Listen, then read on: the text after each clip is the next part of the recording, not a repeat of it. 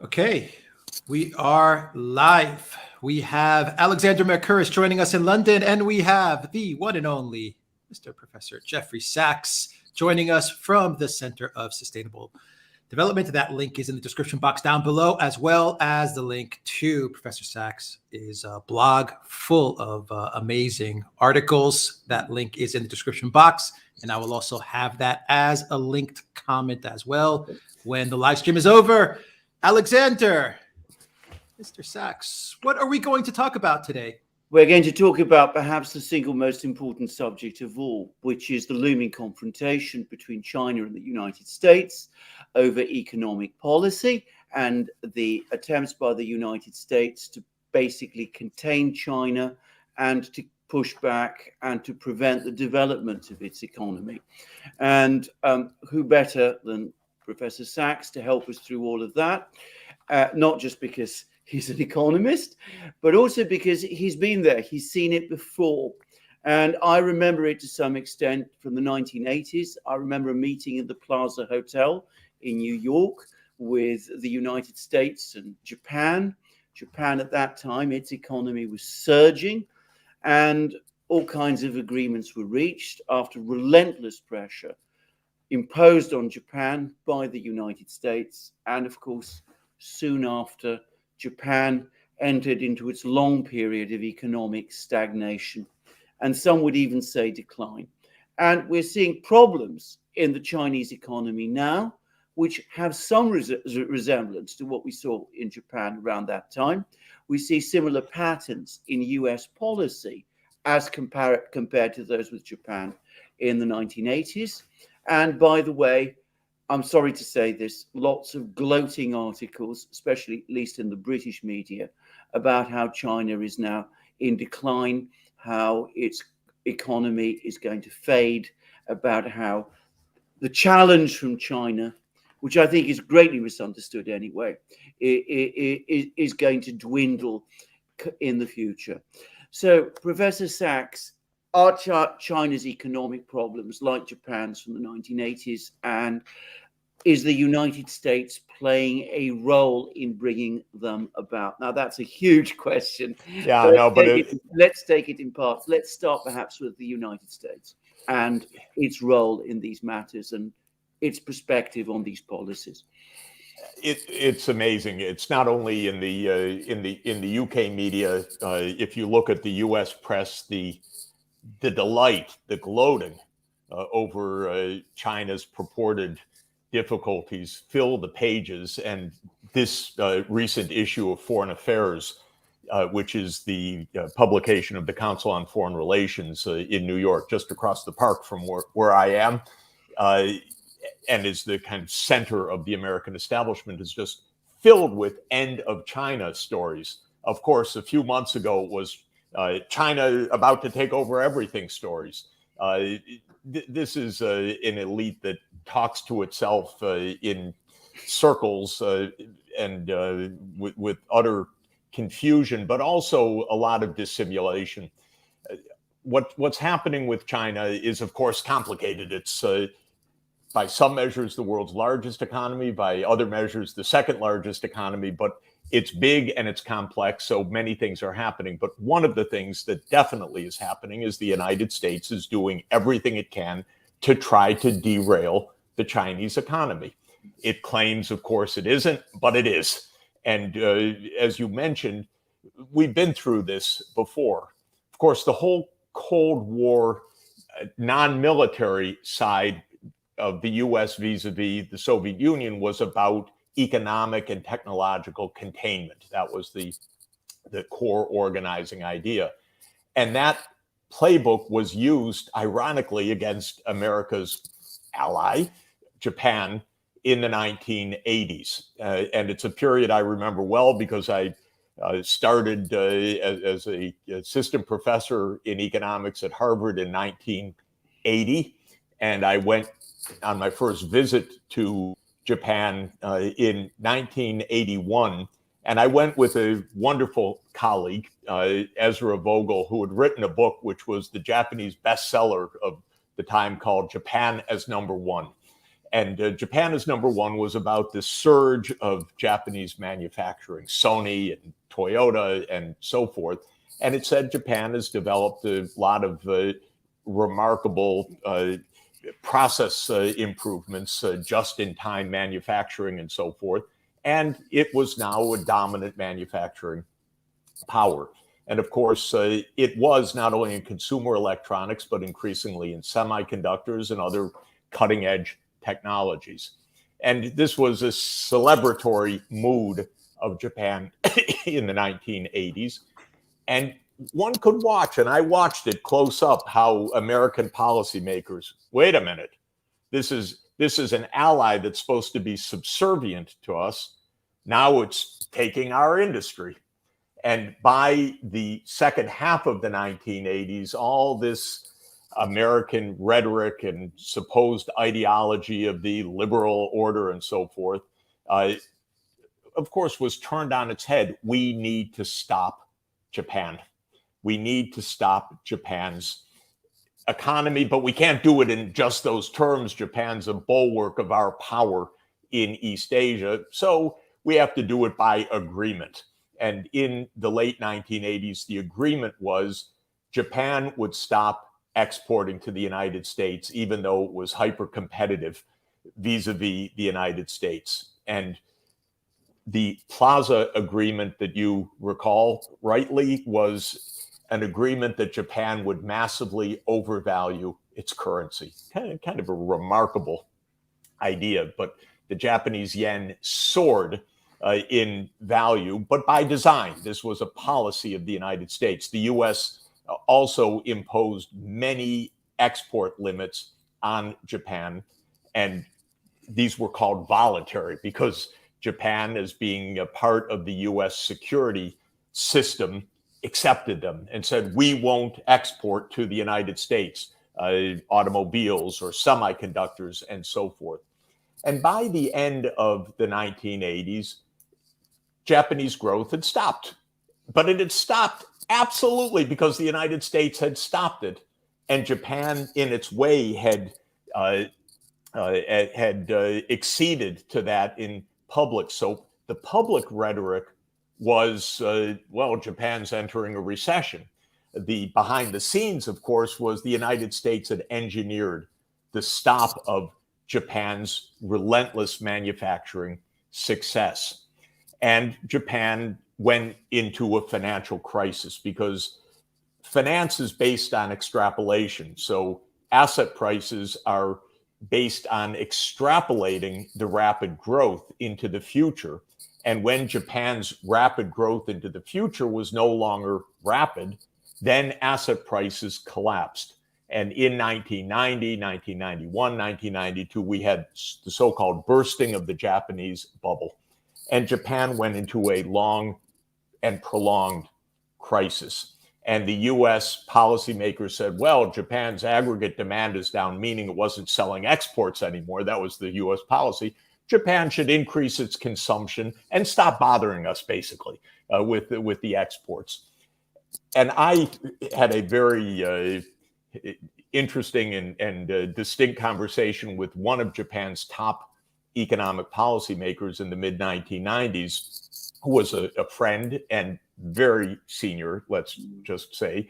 And I said, why don't you weaken the currency? You know, your exports have completely stalled. You have a lack of growth. Japan's no longer competitive. And he looked at me and he said, Jeff, the US won't let us do it. Okay, this is clear. It's kind of obvious, but never said. What is said in the history books is Japan had a balance sheet recession. Japan had, a bursting of a bubble. But Japan faced geopolitics straight away. And because Japan was under the US thumb, it never publicly complained. Recently, I was in Japan speaking with, one of Japan's most knowledgeable, very, very senior policymakers. And we were recounting this episode in agreement of interpretation.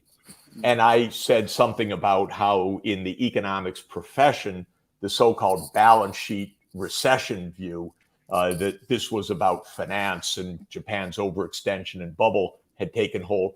And watching him roll his eyes at how ridiculous the normal account was extremely entertaining and very telling for me. So to bring us up to date, China is Japanifying. In fact, that's a term that is being widely bandied about. Oh, China has a big debt crisis. China's no longer as competitive as it was. Big surprise. China is this, China's that, all the weaknesses of the Chinese system.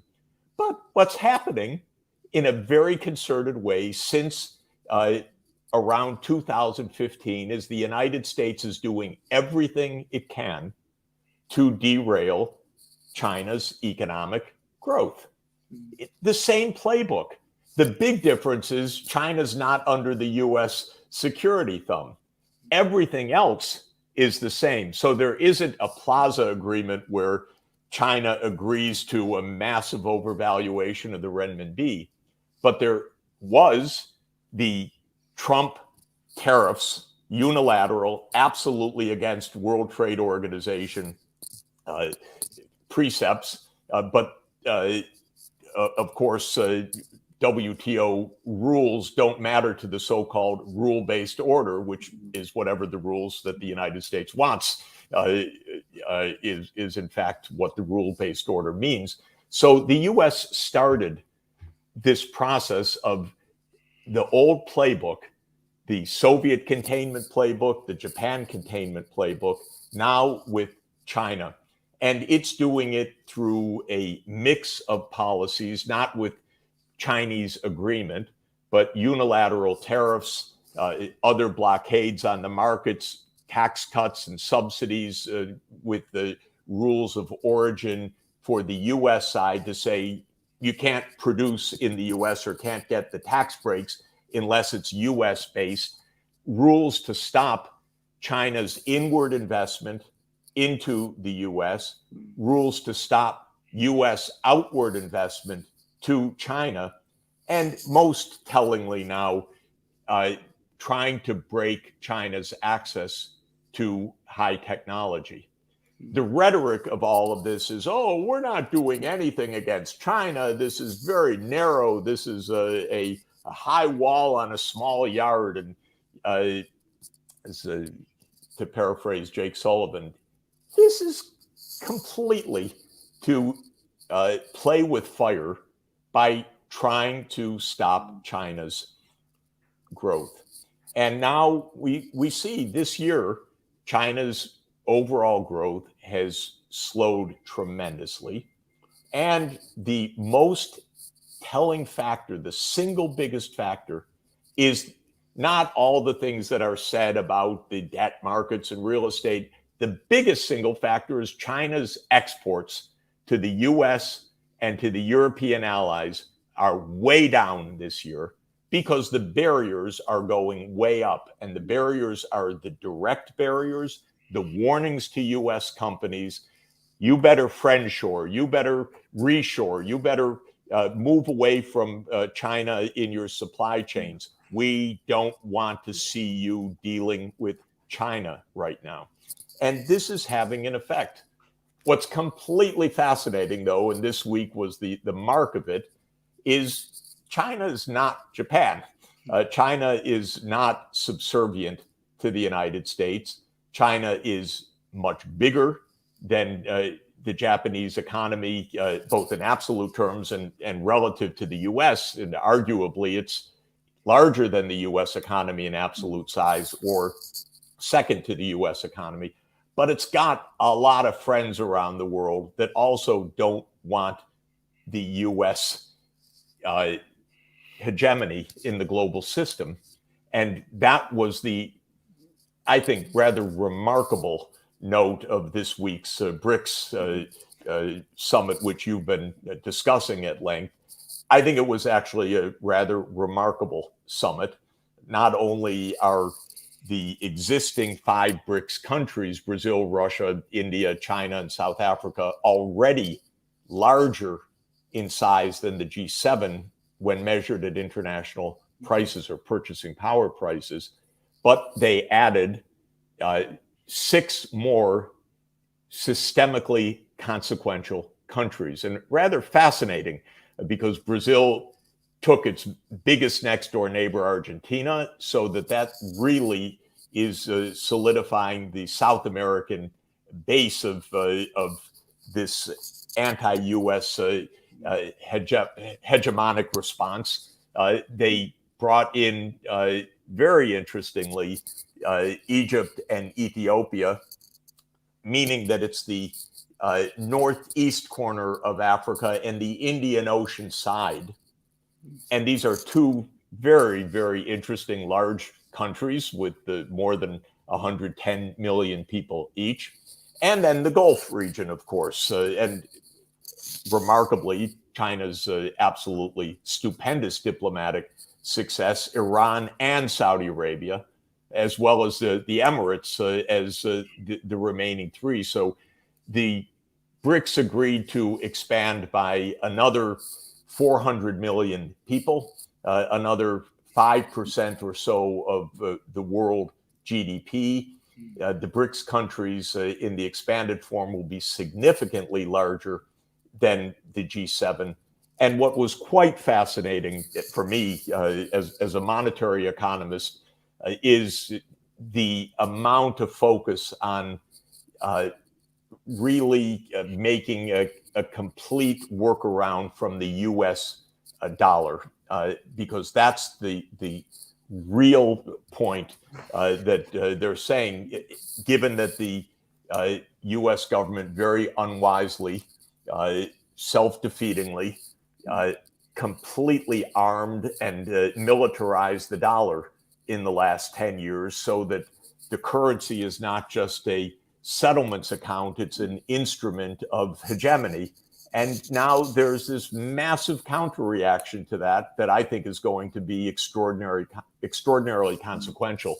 So in short, we're seeing a replay of this deep American hegemonic impulse, but I think we're seeing it in a way that it can't succeed. And this week may be exactly that historic moment where the U.S. power essentially peaked, and the anti-hegemonic group of nations, which is very large in the world, by the way. It's not just the 5 BRICS or now the 11 with the 6 new members. It's dozens and dozens of countries that do not want to see one country dominate the world system. So, Professor Sachs, lots of things there. Briefly, can I just say, because I was there in the 1980s, I remember that time. Another point to say about that time with Japan was that, just as with China, an enormous amount of abuse of Japan at that time. In order to do all of these things, in order to mobilize people to carry out these policies against a particular country, you have to criticize and abuse the leadership of that country, its economic practices, all of those sorts of things. They say these things about China today. They said them about Japan then. People forget the extent to which it happened. And that's the first thing I wanted to say. Let's briefly. The second is that there is a third thing about China. It's much bigger. It's more powerful. It's not under the US thumb. The third thing is that they know about what happened in Japan. If you read the articles in the Chinese media, they discuss this extensively. In fact, they criticize the Japanese for allowing this thing to have been done to them. And they're saying to each other, we must not let it happen to us. The third thing I wanted to just touch on briefly was that I was very interested about what you said about these financial structures that are being developed as being a workaround, because I think this is widely misunderstood. I read Mr. O'Neill, for example, the man who gave us the term BRICS, talking about how the BRICS countries are in the process of setting up a single currency, and they're not doing that as far as I can understand. I'm not even sure that their plan is so much to create a rival to the dollar.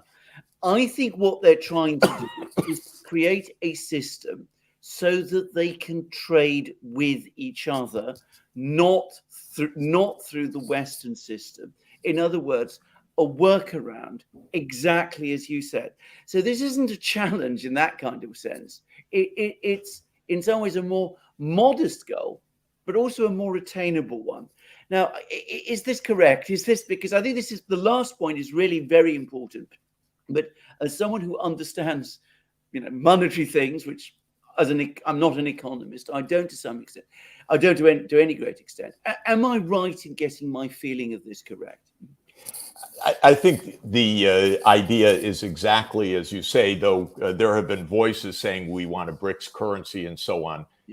Really, what China and I think now the others are looking towards is a way to do business without being vulnerable to the U.S. coming in and freezing accounts or dictating who can do what to whom. The U.S. absolutely, in my view, wrongly, even disastrously militarized the dollar. It said, you can use the dollar, you can't use the dollar. You think those are your foreign exchange reserves? No, we locked them up. The United States, after all, started in 2022 in its sanctions against Russia by freezing $300 billion of Russia's accounts. It also did something completely weird, in my view, and so lawless, I could not have imagined it, which is to say, you're a friend of Putin, you no longer have your apartment. You're a friend of Putin, you no longer have your house. Anyway, it's bizarre that this is even contemplated, much less done to a lot of people. But in any event, the U.S. froze the balances of multiple countries, the Forex balances, foreign exchange reserves. And not only Russia, Venezuela was an extraordinary case. One day, the Trump administration said, Mr. Maduro, you're not president. Juan Guaido is president. Well, how do you know? Because we said so. We create our own reality. And bizarrely enough, on that basis, the United States froze Venezuela's own money. So what's happening right now is countries saying, why are we doing this? Especially countries that, might have a foreign policy disagreement with the United States and don't want to see their economy tanked. So the essence of what they're looking for is how to make settlements that don't go through U.S. banks and therefore that are not subject to the U.S. regulatory reach to freeze a payment. As a monetary economist, my view is this is not very hard.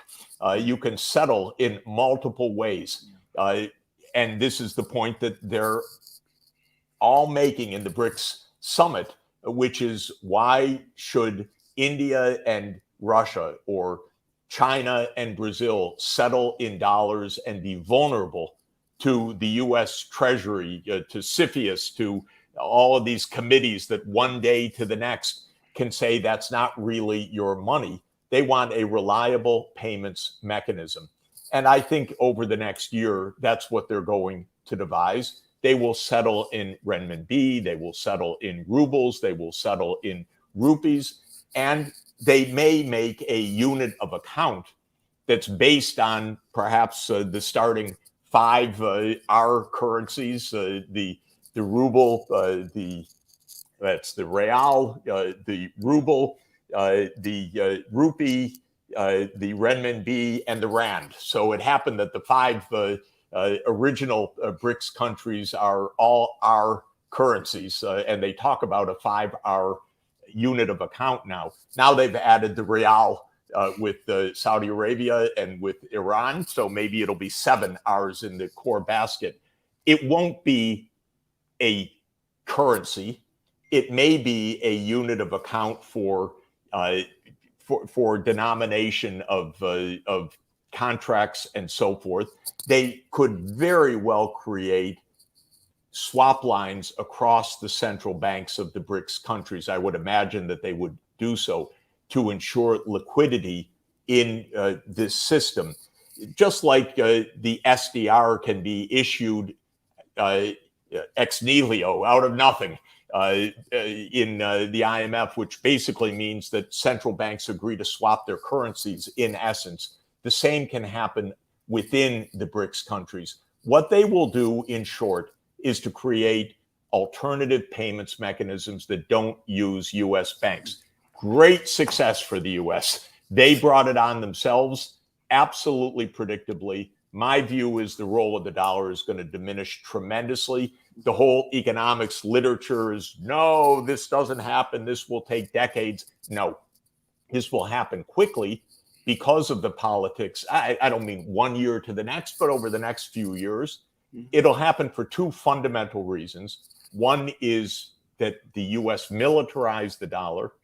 And the second is that because of digital technologies, the ways to work around even the banking system in straight digital settlements is absolutely clear right now. So the mechanics of creating a non-dollar transaction system, I think, is much, much better technologically than even 5 years ago.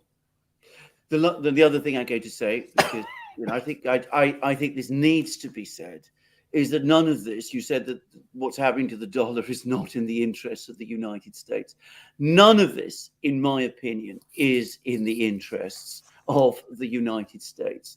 The United States is subordinating the prosperity of its own people to the geopolitical objectives that it has to sustain its own hegemony. And I should say, just before we did this program, I was reading two articles that you sent us, both written by, they're summaries of articles of the people who are on the Council for Foreign Relations. And they talk about revitalizing the US economy in order to meet the challenge from China.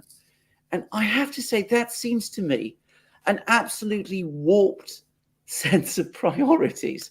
You don't revitalize your economy in order to meet the challenge from China. If you're going to revitalize your economy, you do it in order to increase the prosperity, the happiness, the sense of contentment in your own country amongst your own people. But that is the mindset that these people seem to have. They subordinate everything to their geopolitical ideas.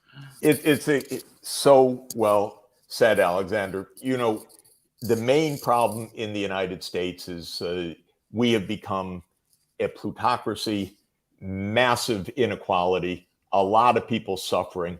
No one pays any attention to that. It's not the Republicans, not the Democrats, period. So even when they, quote, revitalize the US economy in the Biden fashion, what are they doing? It's more corporate tax cuts for everything. So everything is basically, we'll give tax cuts for, building semiconductors. We'll give tax cuts for renewable energy, whatever it is. But the whole modus operandi is corporate driven top to bottom. So we're just exacerbating the inequalities. And the real telltale point of all of this is not the GDP, it's life expectancy, which has been falling for a decade in the United States now. We're back to the life expectancy of the mid-1990s. People in the United States are ill. They're not getting taken care of. They don't have access to decent nutrition. They don't have access to healthcare services. That's not even on the agenda. What's on the agenda? The war in Ukraine, Taiwan weaponry, fighting China. So you put it exactly right. It's very sad. Professor Sachs, we're almost up to 30 minutes. So I just wanted to say, I think we've learned a huge amount, but can I perhaps go over to Alex? Because Of course. yeah.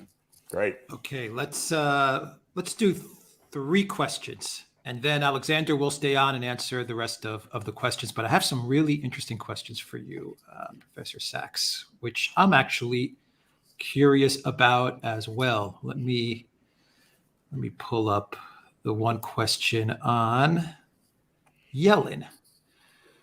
Was Yellen's visit really about asking China not to dump treasuries? How did the U.S. expect it to succeed after Biden insulted Xi? What leverage does the U.S. have to make it happen? Of course, I don't know what was said in the room. I've known our Treasury Secretary for 50 years because in 1973, 50 years ago, I sat in a classroom when a wonderful young professor from Yale came and taught me macroeconomics. So I go back 50 years with Janet Yellen, and she's a very decent and wonderful person. The message that she carries comes from an administration that I am not very sympathetic to. And my advice to this administration was, if you go to say we're not out to undermine your economy, the first thing you should say is we will not impose more unilateral measures before we negotiate with you. In other words, stop the unilateralism. That was the recommendation I made. It was obviously not followed because just after Secretary Yellen's trip, Biden signed a new executive order cutting off more technology to China. So the message that the Secretary Yellen carried, that we're not aiming to derail, we don't want to decouple and so forth, whatever it was undermined immediately afterward by the actions of the Biden administration, which took yet another step to try to undermine China. And however much they say, oh, we're not trying to undermine China, of course they're trying to undermine China. It's plain as can be. And so they should stop that. If they want to have actual normal relations with China, the first thing you do is stop putting on unilateral measures and start really talking, not in one trip, but in actual discussion and negotiation. And that doesn't happen till this day. The Biden administration came in, and whether it is the neocon ideology, which is pervasive with Biden, whether it was fear of Trump that he won the Midwest states with an anti-China protectionist election platform, probably both of those, Biden came out blazing anti-China. And also a point that Alexander made, and I think should be reiterated, the trash talking is nonstop about China. So Secretary Yellen goes, soon after President Biden says, well, President Xi's a dictator. Come on. Or bad things happen to bad people. You know, this is also Biden. He's a kind of got in a really obnoxious side, and he thinks that he's real tough when he's speaking to the donors to show how macho he is. So these are all stupid statements coming out of donor sessions, and Biden always likes to swagger. An 80-year-old guy swaggering in this pathetic way is really pathetic, but it's trash talk. And so I don't know what was said inside, but I can say that it cannot be successful to have any kind of normal relations with this kind of unilateral behavior. And it's amazing. I was just rereading one of the articles by the Council on Foreign Relations, which says, in this sense, there is no real prospect of building fundamental trust, peaceful coexistence, mutual understanding, a strategic partnership, or a new type of major country relations between the U.S. and China. Rather, the most that can be hoped for is caution and restrained predictability. In other words, the U.S. position always is, we don't want to have trust. We don't want to have anything. We don't necessarily want to have war, though sometimes they do, but it's going to be bad. We're going to be tough. Even saying the idea of fundamental trust or peaceful coexistence, don't even think about it. That's the real American attitude. Don't have a real discussion with Chinese counterparts. Thank you for that question. Thank you for that answer from Anas Belat Cheheb. The West is hurting China by going belly up and no longer being able to buy Chinese exports. The problem is China has not been able to substitute U.S. demand. What do you think about that statement? Well, it's not that the West can't buy Chinese exports. It's stopped because of high tariffs and barriers and threats to U.S. companies and warnings, don't go there and don't produce goods in China for resale to the U.S. market and so forth. So the idea is stop demand for Chinese products, throw China into a Japan kind of crisis. And indeed, China has to find other markets, and the world is big. And that is what China is doing, which is saying, okay, we are not going to beg to get into a U.S. market for a country that evidently can't even think about peaceful coexistence. We have to find our way in the world. And what China is doing is forging economic cooperation with most of the rest of the world. And most of the rest of the world means ASEAN countries in Southeast Asia. It means African countries. It means West Asia, the Gulf countries. It means Central Asian countries, the STANs. It means South American countries. And China has several initiatives. The best known is the Belt and Road Initiative, which basically says we save a lot. The Chinese have a very high saving rate. We can provide finance for our partners, our counterpart countries, to really upgrade infrastructure, upgrade fast rail, for example, upgrade 5G, upgrade ports, upgrade renewable energy, upgrade long distance power transmission. So the Belt and Road Initiative is promoting Chinese exports, but like trade, it's mutually beneficial for the other side, which builds infrastructure. And I think that this is the path for China that will be successful, which is if the U.S. closes itself to China's goods, export elsewhere. The world is a very large place, and it needs China's technology. It needs China's capacity to produce large-scale, low-cost infrastructure. If you ride the maglev or Chinese fast rail or Chinese 5G, it's good stuff. And the rest of the world wants that. And the United States, by closing the U.S. market, well, it'll cost the U.S., but China has alternatives. And I think that that's what we will see and what the BRICS enlargement is about. All right, let's do one more for the professor from Ralph Steiner. This is an interesting one. Might Jeffrey give us his opinion as to why Ethiopia was added? What does Ethiopia add to the BRICS? Yeah, very interesting. Ethiopia is 120 million people. It is a very significant culture. It has actually been a very fast-growing country for the past 15 years. China and Ethiopia have pretty deep relations, actually, and China built massive hydropower for Ethiopia and also rail for Ethiopia, which is making a very big difference. The criterion for BRICS enlargement principally was systemically important countries. And interestingly, of course, China looks ahead. We always look backward, and with also tremendous disdain mixed with a strong dose of racism. We think Ethiopia, what's that? But Ethiopia in 20 years will look very, very different. It'll be much richer. It's dynamic. It actually has a culture that is very deep. Okay, we are live. And we have with us Alexander Mercouris in London. And we have with us at an undisclosed location, the one and only Professor Jeffrey Sachs, who is the director for the Center of Sustainable Development in Colombia. And why? How are you doing, Professor Sachs? Doing very well, and on the Silk Road, actually, in Central Asia. So having a good time, seeing some wonderful places.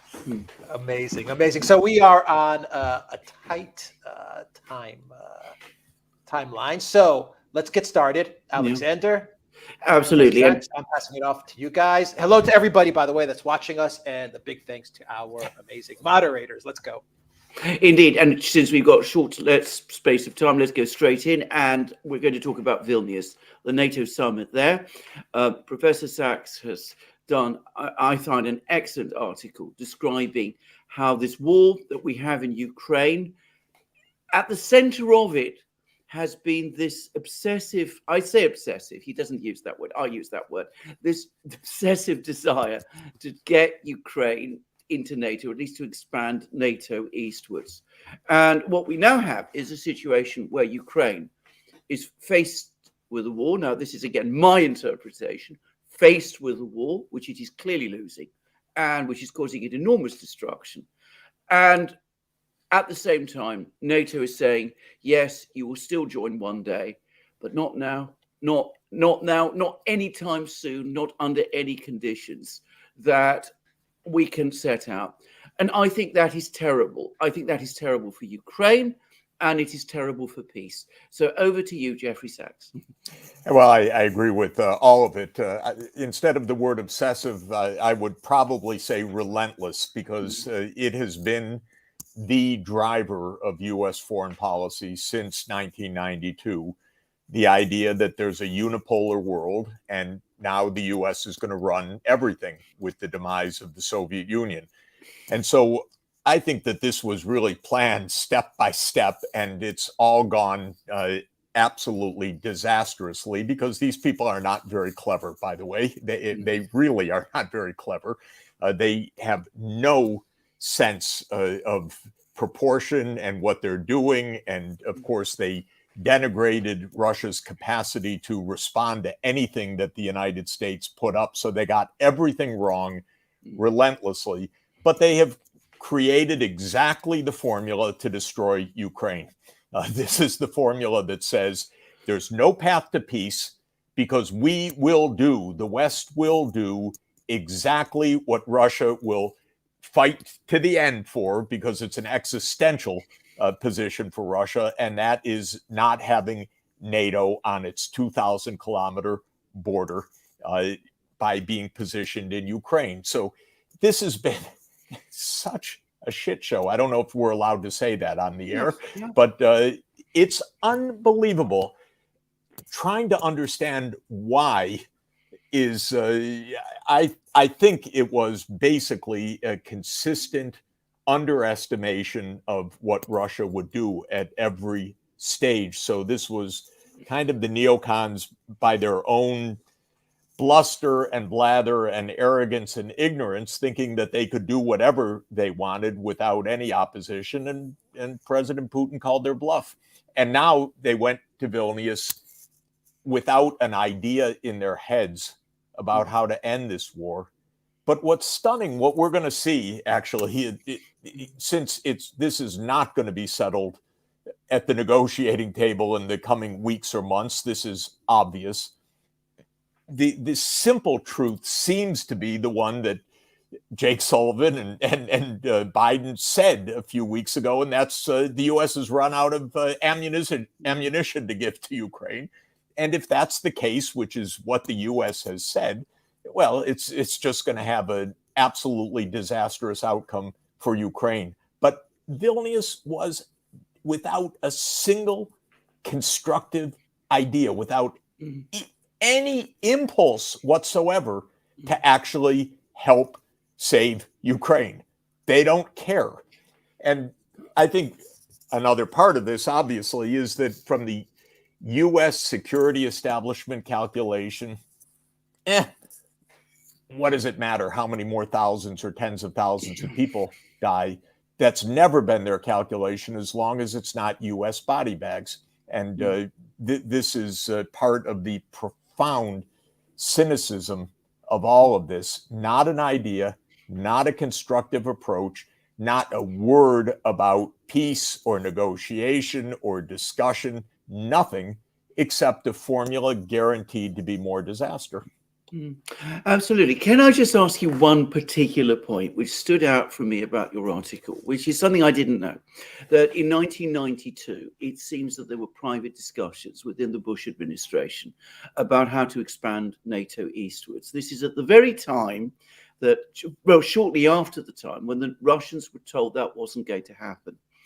It's also the time when people like yourself were preparing to go to Russia to work to find ways of changing Russia in some ways, integrating it with the West, building up the relationship between Russia and the West. And you've spoken on our programs about how you would telephone people in the White House and in the administrations, the various administrations, saying, can I get help to do this in Russia, which has worked in Poland, and it wasn't happening? Do you think there's a linkage with this? Oh, no, it's the same story. It's not a linkage. It is exactly the same story. I didn't understand it at the time. I actually, got engaged heavily with Russia in 1990, with Soviet Union when Grigory Yavlinsky was the economic advisor to Gorbachev, and he asked me for help and some suggestions because what I had suggested for Poland, debt cancellation, emergency stabilization funding. I invented something called the Zloty Stabilization Fund, a currency stabilization fund. And just to give you an idea of what geopolitics was like, I know a lot about currency stabilization. That was my specialty. So I was helping Poland in its new government, the Mazowiecki government. And I had the idea literally one morning, it was the IMF meetings in September 1989. And I said, Poland needs a stabilization fund for its currency now that it's going to be making market reforms. And so I typed up a page of what a stabilization fund is from economic history. And I called Senator Robert Dole, who was the Senate Majority Leader. First, I called the Polish finance minister, who was in Washington in his first days ever as finance minister, and he was at the IMF meetings in Washington. And I said, Leszek, could I try to get you $1 billion today? And he said, well, yeah, of course, if you can do that, fine. So I called up the Senate Majority Leader, Senator Dole, and I said, could I come in, Senator? And he knew that I was advising Poland, so he brought me in, and I explained to him, this is what Poland really needs to avoid a hyperinflation. And he said, could you come back in an hour? And so I came back in an hour, and who was there? The National Security Advisor sitting in Senator Dole's office, General Scowcroft. And Senator Dole said, Mr. Sachs, could you explain to General Scowcroft your idea? So I handed him the page. I explained what currency stabilization is, how this was part of Keynes's insight from 1919 and why this was what Poland needed. And General Scowcroft said, well, we'll take a look at it. And Senator Dole said, call me at the end of the day. So at the end of the day, 5 p.m., I called Senator's office and he said, Jeff, tell your friends that they've got their $1 billion. So that was one day, that was 8 hours. I thought, yeah, pretty damn good economist, that's really persuasive. And I had many other ideas, canceling Poland's debts and so forth. Basically, they were accepted, all of them. I thought, this is pretty good. This is how you're supposed to do stabilization. Poland stabilized, had a stable currency. After the collapse of the Eastern trade, Poland started growth in the middle of 1990 and then had 30 years of growth. Now, the Soviet Union, I should say Yavlinsky, was watching this. So he called, said, could I meet you in Warsaw? And we met. got to know each other a little bit, and I said I'd be happy to help Gorbachev, whom I admired tremendously, by the way. I know many people do not and see the economic collapse and the collapse of the Soviet Union and all the rest, but Gorbachev was a man of peace and a man of incredible decency. And he wanted a common European home.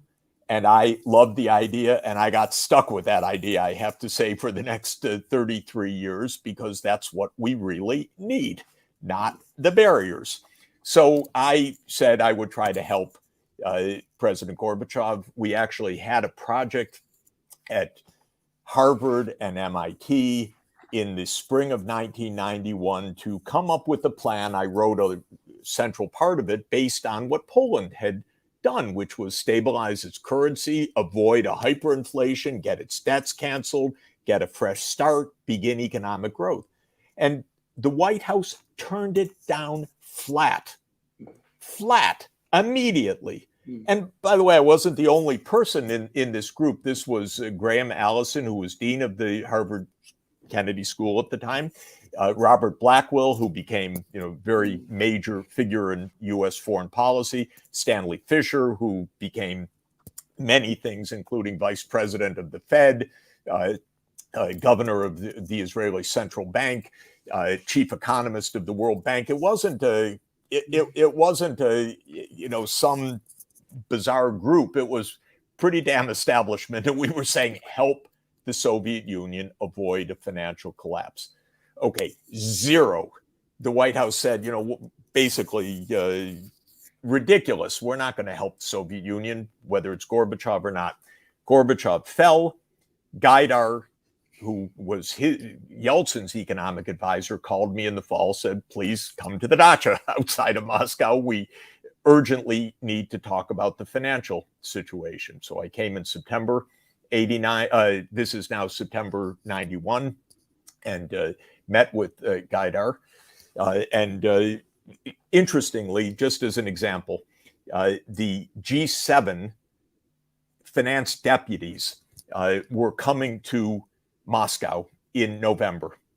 And I know a lot about that. So I said to Yegor Gaidar, who's a wonderful person, tell them you need a standstill on debt payments. You're running out of reserves. Before everything explodes, you need a standstill.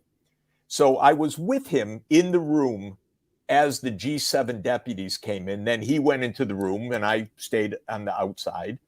The meeting broke and he came out ashen-faced and said, Yegor, what happened? He said, they told me if we don't pay every dollar on time, we stop all aid immediately. The food shipments on the high seas, you pay every penny that's due. And Russia ran out of foreign exchange reserves in the first days of 1992. Now, if you have experience in finance, that means that's how hyperinflation starts.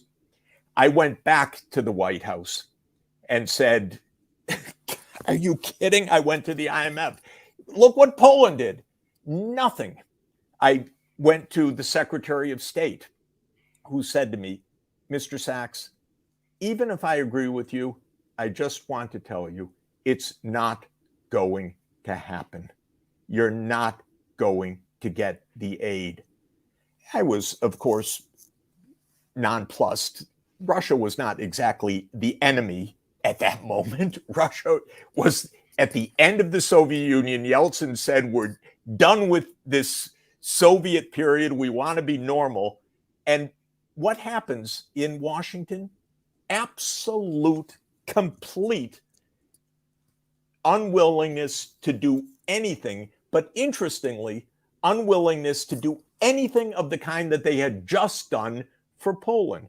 It was very confusing to me, frankly, because it was a little bit like a controlled experiment. I was the same economic advisor, it was the same recommendations, it was the same moment a year later. But what I was observing and did not understand at the time was the Cheney, Wolfowitz, Rumsfeld, neocon ascendancy which was starting. And of course, I didn't realize it was going to become the Biden, Newland, everyone ascendancy. But I was watching something that was completely devoid of economics, completely devoid of just even a scintilla of empathy or understanding that you don't leave a major nuclear power in profound financial crisis, as was happening in 1992. And I was a student of John Maynard Keynes, and especially of what I regard as one of the most important books of the 20th century, The Economics of the Peace, which Keynes wrote in a disgusted mood in 1919 after the Versailles Treaty, saying, "Are you all crazy? You're creating the conditions for the next World War, for the next horror of Europe by having this kind of punitive settlement." And I was trying to tell them as an expert, don't do this. By the way, I was also advisor to Leonid Kuchma. So this is, people say to me every day now, you're a Putin apologist. This was years before President Putin came on the scene, obviously. And I was advisor to the Ukraine government the same way at the same time. They didn't want to help. This was now the US unipolar world. And it was a little hard for me to understand because I was entranced with the idea of a world of peace, rather naive. Why not? Gorbachev had said, from Rotterdam to Vladivostok, this is a common economic home. This is a world of peace. I thought it was a pretty nice idea. And by the way, it was truly, completely within reach. And we just didn't want it for a moment. And I would add that the funds that would have been needed would not have been hugely high. They were tiny. This was the whole thing. Tiny. By the way, $1 billion for Poland. Okay, it was nice to get it in an 8-hour turnaround, but this is nothing. But the effect of it in enabling a currency to be stabilized and enabling a coherent economic program to go forward is enormous. It's not, I won't use the joke of economic stabilization because it'll be misunderstood by people. But I've been involved in many stabilizations. There's a little bit of magic involved in creating a framework of expectations, and a little bit of money, well put, well placed at the right moment, goes an enormous distance because it's positively reinforced. And they refuse to do any of that in the case of first Gorbachev's Soviet Union in the last days of perestroika, and then in Yeltsin's new Russia, where Yeltsin said, and I sat across from him, we just want to be normal. We want to be a normal country in a normal time. Please help. I said, Mr. President, no problem. This is the most important development of the 20th century in geopolitics. This is obvious. And it not only was it not obvious, it was completely resisted by the US.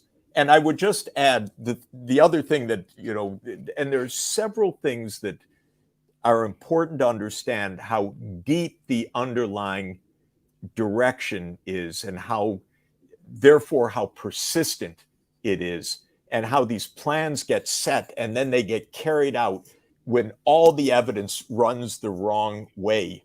You can see all of this forming. I could catch the glimpses of it early on, but then I would really encourage people to read Zbigniew Brzezinski's piece in Foreign Affairs in 1997, I think it's called A Strategy for Eurasia.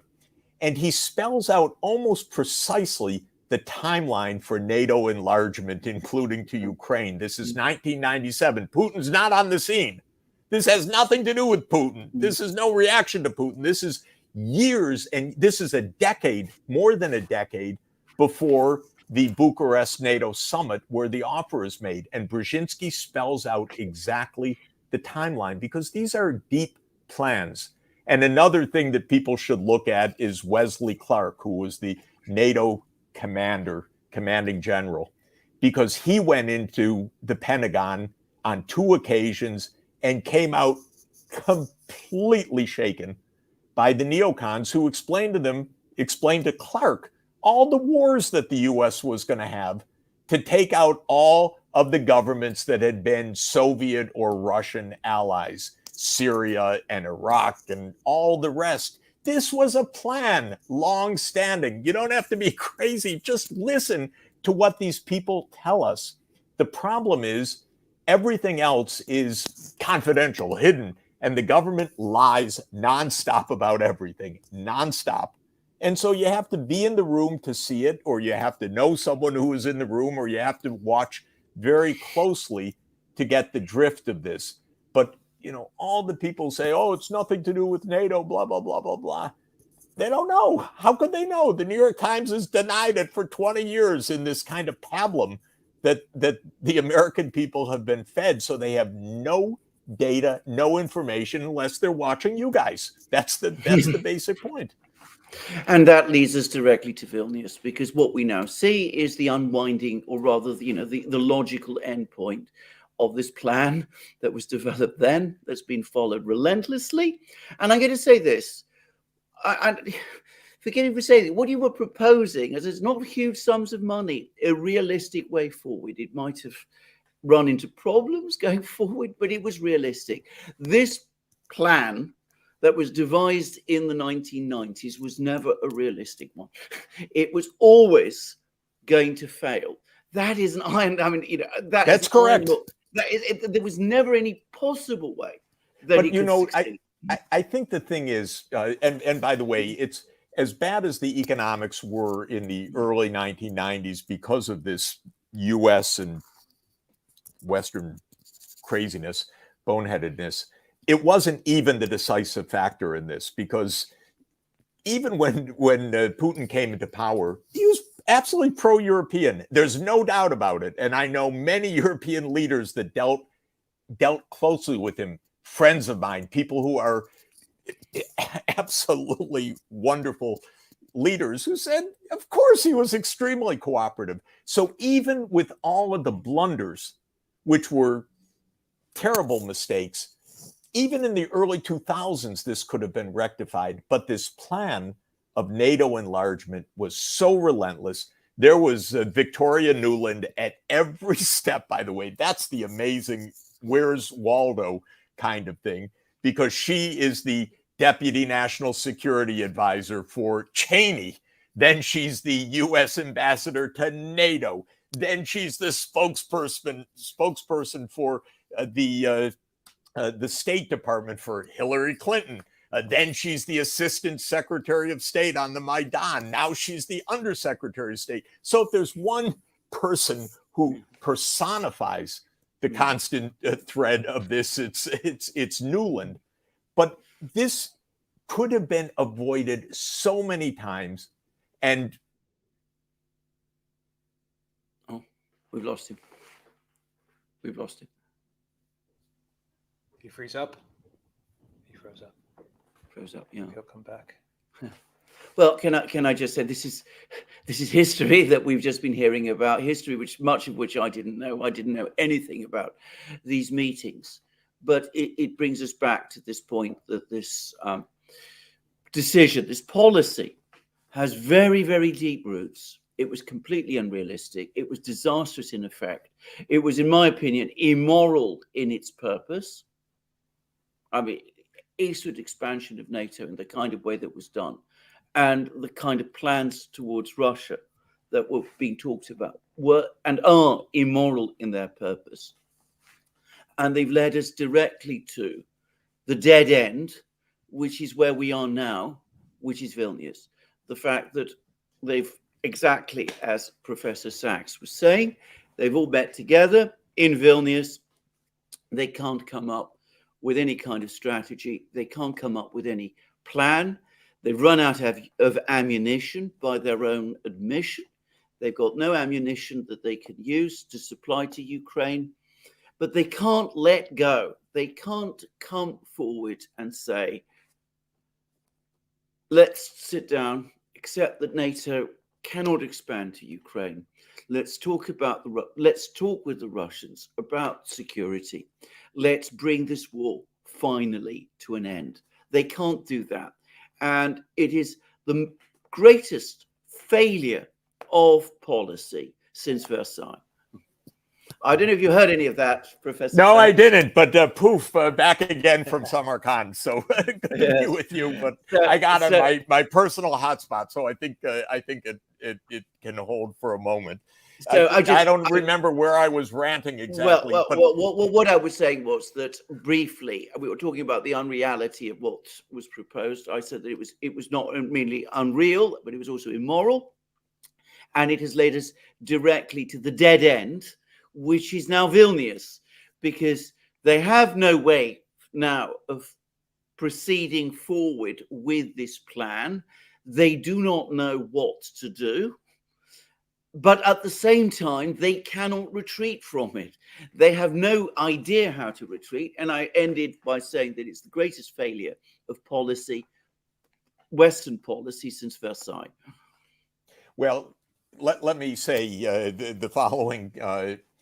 If one tries to interpret, I'm trying to interpret this craziness because there were so many warnings. Don't try this at home. Don't do this. By our leading, our greatest diplomat, George Kennan, was extremely clear, of course. Bill Burns, our CIA director, who was the ambassador to Russia in 2008, wrote an absolutely vivid memo. Niet means niet. Of course, like everything, Alexander, and I think this is part of the point, everything is secret except that one showed up on WikiLeaks. Yeah. So the public hears nothing about the debates, not a word. And our dumb newspapers, not a word except whatever the government tells them to say. And so in 2008, my view is they just couldn't believe that they wouldn't get away with whatever they wanted. First, the Orange Revolution. Okay, we'll just get it through with Yushchenko as president. Didn't quite work out. Then NATO. Okay, we'll do that. Then came Yanukovych. How the hell did he become president again? Now we have neutrality again. That was unacceptable. Then they thought, okay, we can dump him. We can overthrow him. And there was Victoria Nuland handing out cookies on the Maidan, and I happened to catch a glimpse of this myself, and it was disgusting, the U.S. role in the violent overthrow of Yanukovych. But they thought they could get away with it, that a new government would come in and then it would start.